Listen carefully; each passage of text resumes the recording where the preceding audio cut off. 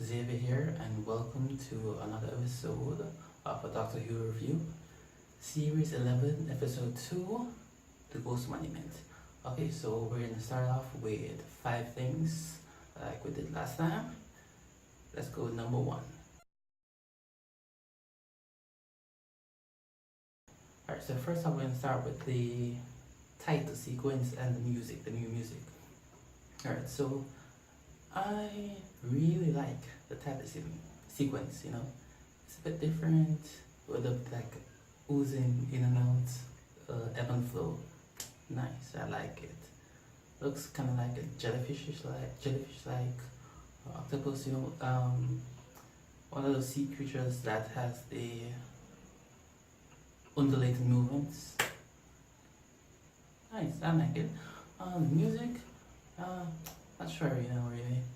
It's a bit too different for me. Maybe I'll like it in the end, maybe I'll not. But first off, it's not hitting me right, But, that's how music is sometimes. Sometimes it hits you right, sometimes it takes a while, sometimes it never hits you properly. So, we'll see about that.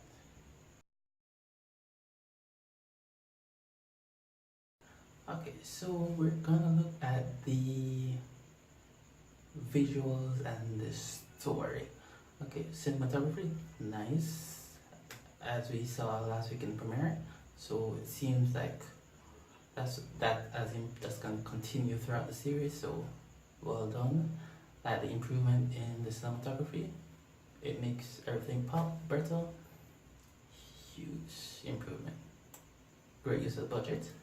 Okay, and next, the story. So the story, like there wasn't much there, really. It's just basically like a race, and the microbes, we didn't get to see the threat of them. The robots, okay, fine. Not exactly like great robots, but they serve the purpose.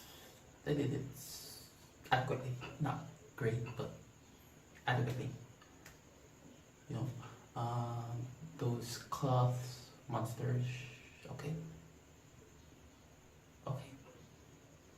cloth monsters. Well, we had fat babies as the villain of the week, so we got these two razors. The Doctor and the companions hitch up with them, and they're going to go into the ruins. So first off, they have to get across the water. We can see the threat of the water. We just heard about the threat of the water. They're gonna go into the ruins, saw the robots and the cloth monsters. Okay, fair enough. And then we see the cloth monsters again, and they are prophetic and looking into the Doctor and stuff, and so we get this ingenious use of the cigar to destroy them. Okay, nice. And then we get to the end of the race. 2 racers team up, they claim the prize, and then bam, and then we get to see the Tardis. Okay, so like I said, very simple, nothing really complex there. Alright, so Graham, I like him. Okay, he was very good in this episode. And you notice he calls the Doctor Doc. Okay, so you get to see a nice little differentiation with him. Clever writing. Ryan, he was just there. Sorry, that was Yaz. Yaz is just there. She didn't really do much this episode except have the art with the female racer. Ryan,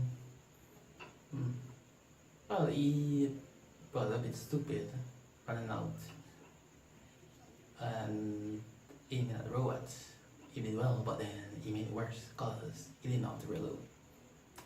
But he did distract enough with the cloth monsters so that they could get fried. So okay, fair enough there. But Graham was the star of the companions this week. The other 2 didn't really pull the weight, but you know, it's an ensemble cast.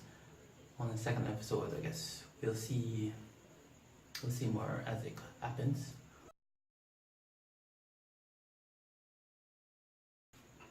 The seems really having a serious arc with the Doctor this week. The series with the stands they were mentioned, as well as there was something about the timeless child. We'll see what that's about. Dr. Julie. Just the same as the current episode, she didn't really build on it. We didn't see much different. But it seems that she'll be an engineer type of builder, so she's gonna use her smart stuff way.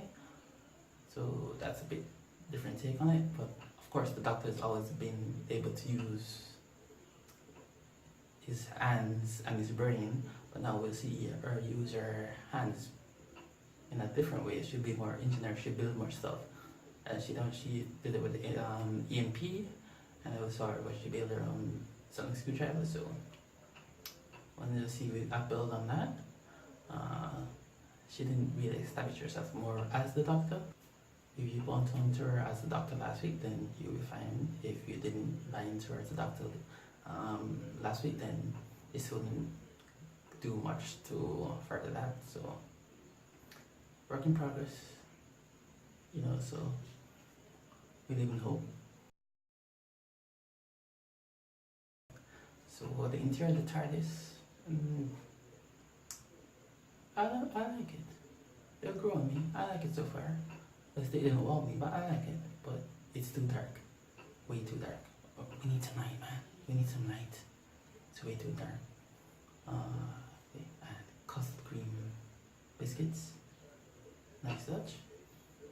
That's one of Jodie's favorite biscuits, so it was a nice touch, and that was a genuine reaction when she saw the cookie. So well done there. The circles with the patterns on the walls. Okay, nice design. I like it. The console. I'm gonna give it about a 6.5 out of 10 right now. Maybe it'll grow me. Maybe I'll like it less. But for now, it's good. But I didn't like the pillows.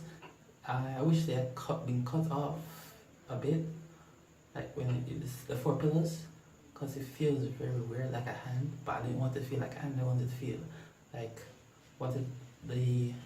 them to go up a bit, but not all the way in, just like this, not all the way. Overall, I'd say decent episode, not a classic, but very watchable. I liked it, and it's been a good start to the series. Not the best start, but a good start. I'm really into it so far, and let's hope we'll see more greatness in store.